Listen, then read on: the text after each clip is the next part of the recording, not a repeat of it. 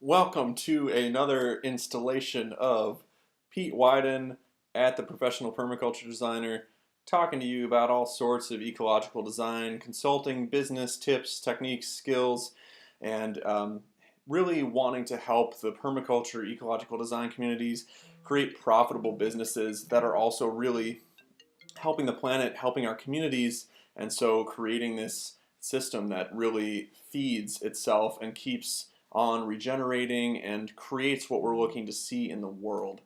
So that's why I mentor other designers in starting their own business and also honing in on what it really means to have a successful existing business and how to simplify that so it's really working for us versus us just treading water trying to stay afloat in our own business. It should be an enjoyable experience.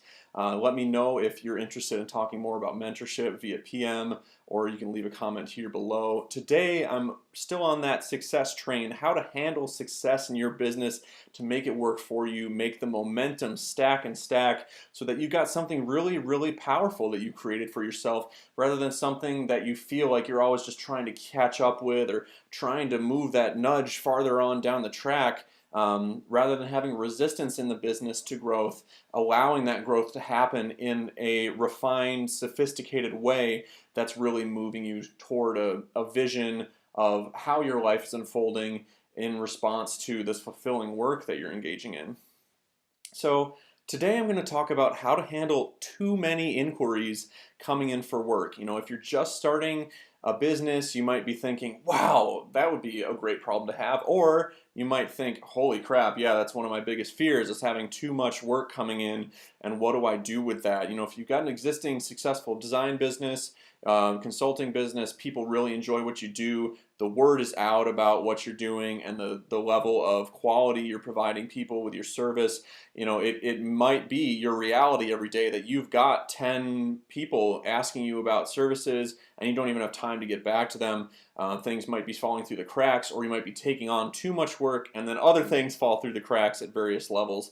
So we obviously want to avoid that to not only avoid people on the client end having a bad experience, but avoid us getting burnt out, not enjoying our work in the business. We want to make sure that this is something that's truly sustainable, truly creating the type of holistic wealth we want to see in the world rather than something that's just trying to make a buck rather than trying to take on too many people. Looking at how we actually design our business and the way that it works, the way that it shows up in the world so that it's not something that becomes an overwhelm. So you need to get good at knowing who you really, really love working with, who you want to work with, and also who values your service the most. So it's this kind of Venn diagram where these circles meet. What do you love doing?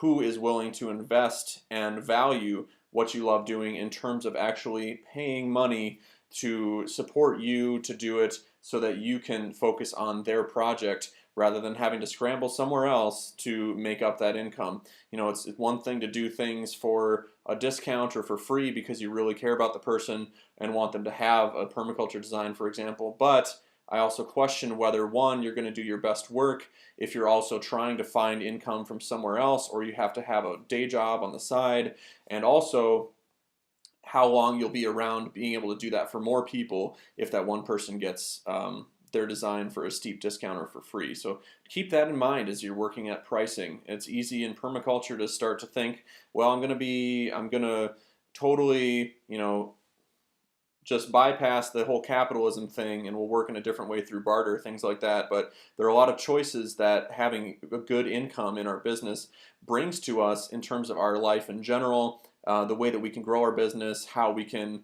really provide something effective and that's really creating positive change in the world rather than being limited by not being able to put our financial resources to things that are really going to create growth in many ways.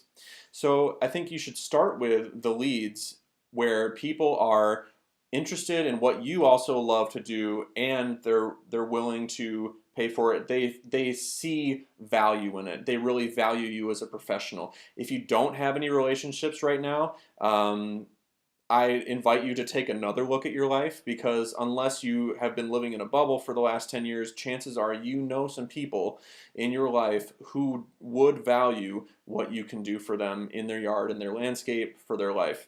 I found it to be true when I used to doubt that anyone in my immediate life who was already a friend would be interested in paying me for design work. And I actually got my highest paying client ever from someone who has known me since I was 4 years old. So that's huge. A big lesson right there. Getting out and meeting more people, especially who are interested in the type of work that you do already, and start with those leads. Start nurturing those relationships. Start inviting those people to talk about their landscape, to talk about what they want to do with it. There's nothing wrong with asking to inquire, to learn more about somebody and what they really want to do with their yard, for example. There's no harm in doing that. It's not like you're forcing somebody to give you money for that conversation. You're just learning more about these people so you can also decide if it's a good fit for you. So if you've got too many inquiries coming in for work, it's honestly the best problem you could possibly have in your business, because you can view it multiple ways, right? You could view it as, wow, I have to get back to all these people, and I don't have the time to do that even. I don't even have time to take on this work. Or you could view it as, wow, this is an excellent opportunity for me to see the types of people who are coming to me and which of them I actually want to work with. I do recommend following up in some way to let people know that you got their inquiry, even if you've got too much work going on. Or, you could let them know, hey, I'll reach out again in 2 months when I'm less busy. Or, hey, based on what you said, it doesn't seem like the best fit. You might want to try this other person. That's where, maybe on your website, having a few questions people answer so you can get an idea for who they are, what they're looking to do.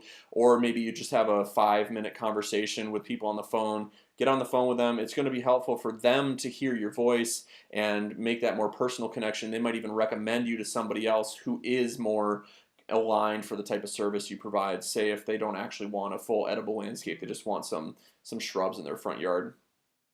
So if you're deciding to take on all of the work that comes your way, there's a really, really good chance that it's not all the type of work you want to be doing. So I'm curious about, if that's happening for you, what the reasoning is for taking on all the inquiries that are coming your way in terms of trying to sign them all on. My guess is it's probably a financial issue and feeling like you don't necessarily know when more will come, so you're taking it now, or you're just trying to capitalize and make sure, and capitalize is not a bad thing, by the way. You're trying to make sure that you're bringing in the revenue that you want to get, you're hitting your goals, you're taking advantage of what's coming in, which I think is a great approach in terms of making sure that you're following up with people, getting people on a call, understanding them, and making sales. It's so important for the success of a business, but it can get imbalanced in terms of if you're doing work that you're not enjoying doing, if the people that you're trying to sell to aren't fully valuing the work you do, which could come down to maybe they're just not the right fit, maybe you're not actually explaining what you do clearly enough in a way that they do value it in terms of what they're actually looking to get in terms of the results and change in their life, versus you just saying, well, I do permaculture design, do you want that? It's more about what are they looking for? Are they looking for a nice place out back to barbecue? Are they looking for a wonderful low maintenance system to produce berries on their farm? Like, what are they really looking for, and is that what you provide?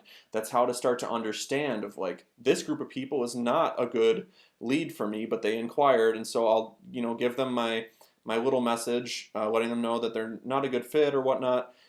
These people are pretty good. These people are amazing, and I know they're going to value what I do. So you're going to follow up with those people first, move to the other people second. And if they're coming in on your email, you can put them in different folders. It's super easy. My recommendation with anything in business and life is don't let the emotion of, oh, it's going to take so long, get in the way. Break down exactly what any task is going to entail. If you're setting up folders for your to sort leads, for example, in your email, all you got to do is click a box and get it into that folder each time something comes through. And then you can follow up with them later and make this whole process so much easier on yourself by first understanding what you really love to do and how that coincides with what's the most valuable thing you can provide within that. So you have a couple choices in terms of the type of work that you take on as far as the service and how valuable that is in terms of the investment people are making for that service. So on the first side, which is what most people do, you have high volume, low value, low fee work. I'm not saying that doing small jobs isn't valuable for people, but as far as a money standpoint, it is. It's just people are paying less money for it.